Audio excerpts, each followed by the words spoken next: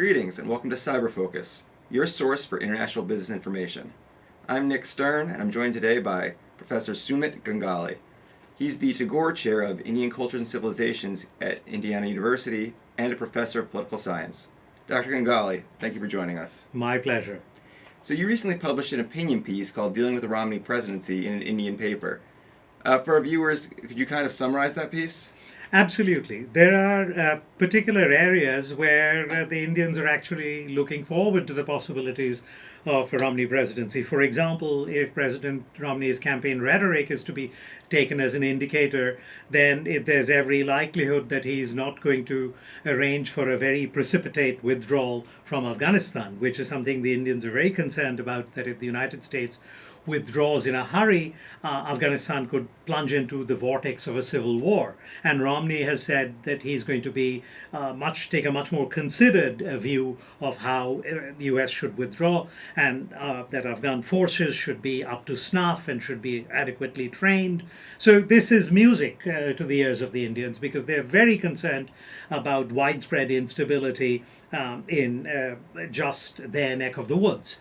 On the other hand, they are concerned that a Romney presidency might turn up the heat on Iran in a much more significant way, and India still, even after substantially reducing its dependence on Iranian oil, only now about 10% to 9% of India's externally purchased oil comes from Iran. And this is largely because of steady pressure from the Obama administration to disengage from a commercial relationship with Iran. My suspicion is that the Romney presidency, again based upon campaign statements and rhetoric, suggests that he is going to adopt a more aggressive policy towards Iran, and this is where one could witness a degree of tension. A third area where the Obama administration has been nudging India is to continue the program of economic liberalization that it embarked upon as early as 1991, but now it has hit a bit of a trough, except in the last 10 days or so, when faced with considerable external criticism and some internal criticism. Some new efforts have been undertaken to open up the Indian economy further. Romney, I think, will be a bit more impatient because he's made these grand promises of delivering jobs to Americans, and one way to deliver jobs is to open up American foreign investment, to expand American trade, and India is a major market, much smaller than that of China, but still an emerging market. And so I think this is an area also where much depends on what the Indians do, which will affect the relationship with a possible Romney administration. So this, in effect, summarizes the key features of that op-ed piece.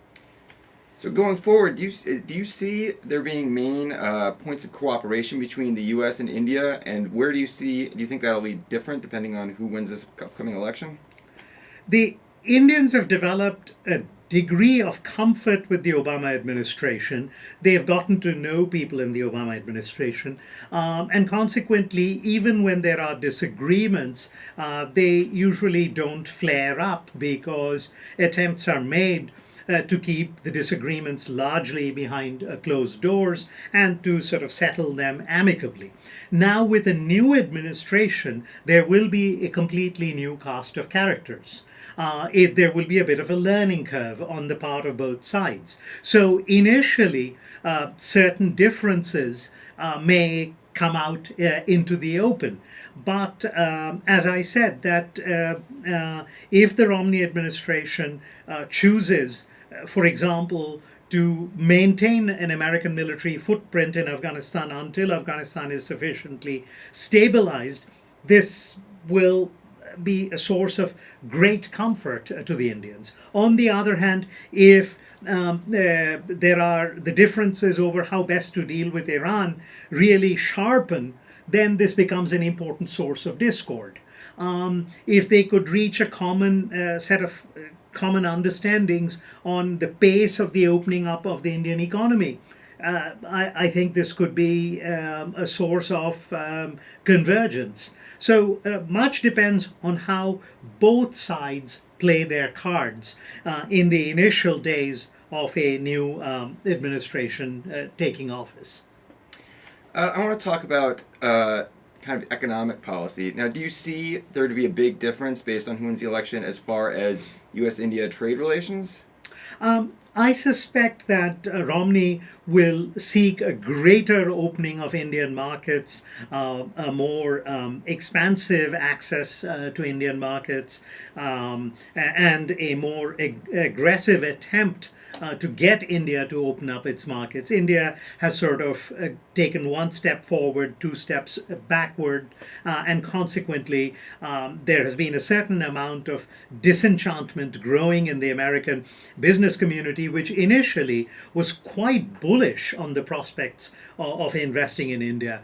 But the Indians are very good at announcing policies. They are not nearly as good in terms of dealing with the nuts and bolts and getting the Indian bureaucracy to act upon political decisions. And this has caused a degree of frustration, and understandable frustration, I might add, amongst the American business community. And elements of this business community might see Romney as being more friendly to business, given his own personal background, and may thereby use their clout with this administration to say, look, here is a enormous potential market which is really untapped, and your administration should be sympathetic and should help us enter this market, and thereby the administration might also pursue the policies designed to push India a bit more when there is a degree of reluctance for various domestic reasons for Indian politicians to keep stalling on reforms which are on the anvil but are not being acted upon. So, based on some of the perceived pro-business attitudes of candidate Romney, would you say that you suspect that the Indian business class would prefer him? Oh, certain Indian business groups obviously would prefer a Romney administration because they can use foreign pressure to make certain kinds of domestic gains in areas which are still fairly regulated, and particularly Indian firms that already have an external presence, who are not afraid of foreign competition. So it's going to cut in a couple of different ways. Certain Indian firms which dread foreign competition may not look forward to a Romney presidency. But Indian firms which have already established a certain international standing, have gone head to head with global firms and are global in nature, won't really have any great qualms, and in fact, in particular areas might actually welcome the possibility of foreign investment, thereby obtaining new infusions of capital, new infusions of technology, and the possibilities of various kinds of collaborative ventures. Now, I think most people agree that going forward, cooperation between the U.S. and India is going to be very important. Do you see any points of contention, and do you think those points are different depending on who wins the election? The principal points of contention really are about two or threefold. One is the pace, the scope, the design of various economic reforms, market-friendly reforms in India. The second, there are certain political differences on how to deal with developments in the Middle East, particularly in the wake of the Arab Spring. And the third, I would say, in terms of global regimes having to do with questions of climate change, with questions of international trade.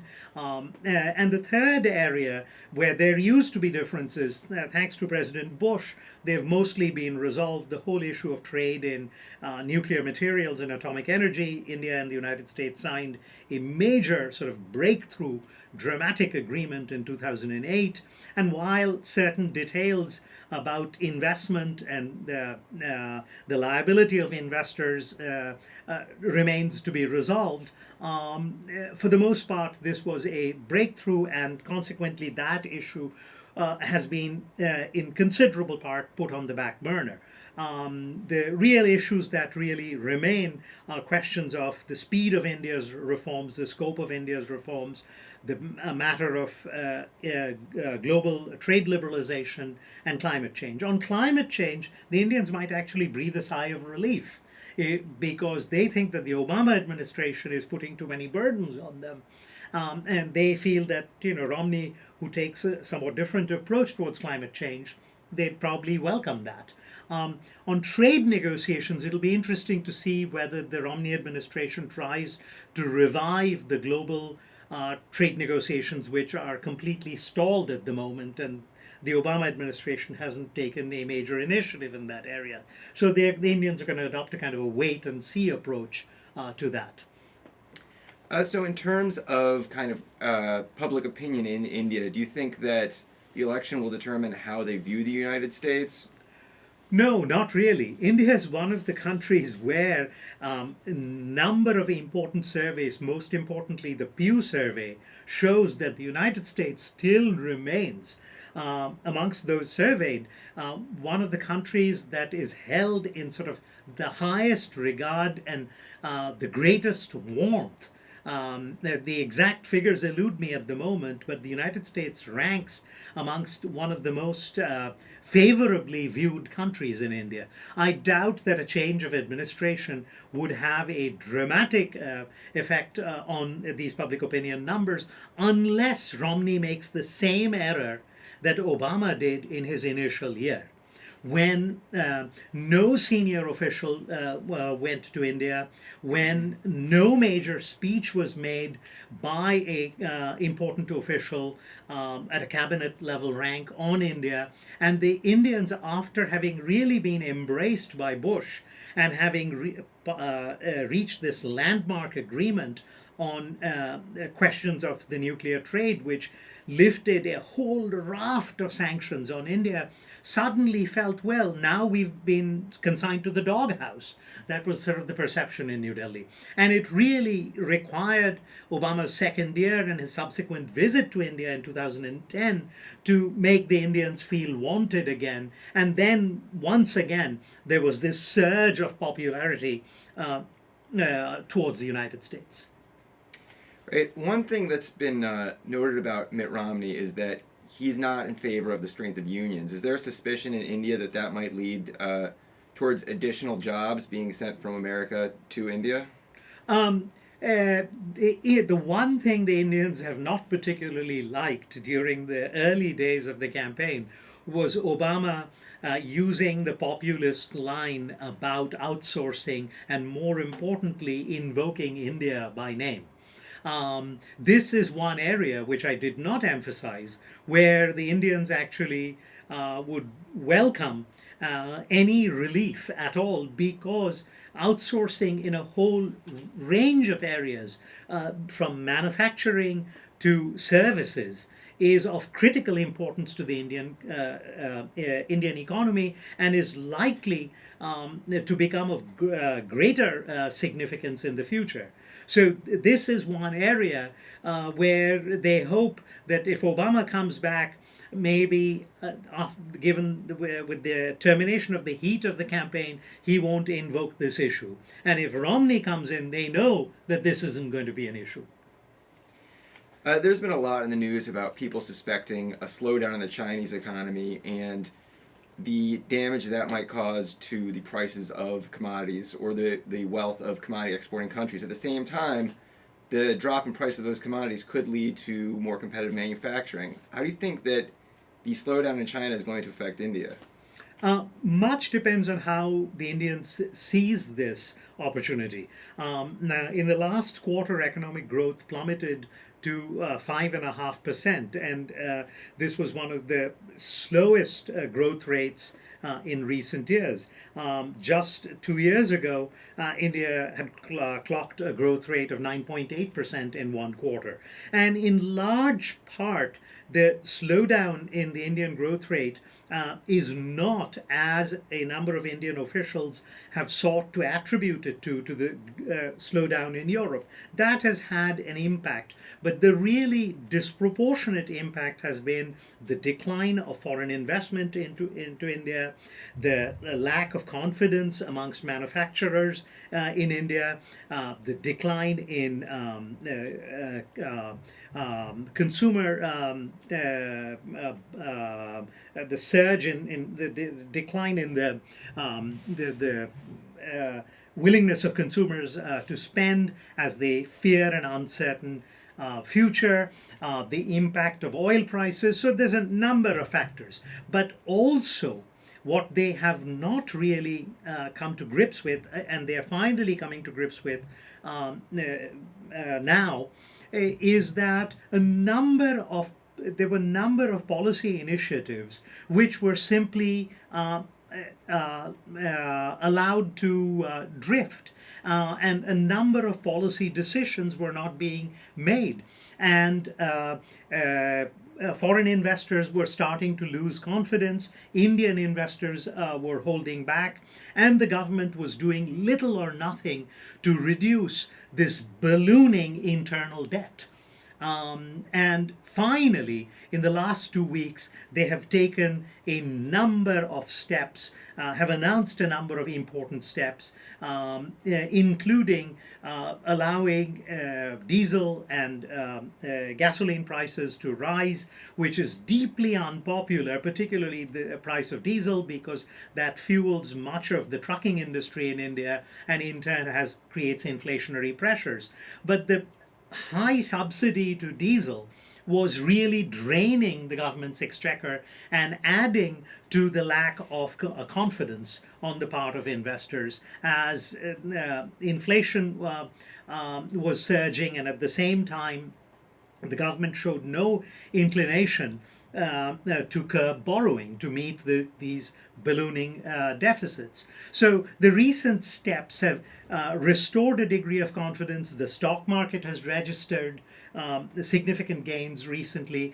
The task, and also, oh, by the way, the finance minister was changed, and the previous finance minister was kicked upstairs to the presidency, which is nothing more than a sort of a ceremonial position. And the new finance minister, who's Oxford and who's Yale and Harvard educated and is widely believed to be market friendly, has calmed and reassured the markets even within the span of the last 2 to 3 weeks. So do you think that this kind of newfound government effectiveness is going to exist in the long term? This is what remains to be seen. If these are merely cosmetic gestures designed to reassure jittery foreign investors and there is no follow-up, I'm afraid India is again going to slide. But if there is any element of seriousness on the part of this government, and I believe there is, otherwise they would not have invited one of the government's staunchest critics, a professor from the business school at the University of Chicago, Raghuram Rajan, to become the chief economic advisor to the government of India. Apparently he has been given a fairly loose rein to suggest painful and tough decisions. If Rajan is indeed going to be heeded, then I think there is reason to believe that a number of these seemingly dramatic initiatives that have been announced in the last few weeks, including in the very contentious area of multi-brand retail, I think the chances of India moving ahead with these reforms are considerable. Okay, great. Professor Ganguly, thanks so much for joining us. That's the end of this edition of Cyber Focus. If you have any questions or suggestions for additional topics, please contact us at ciber@indiana.edu.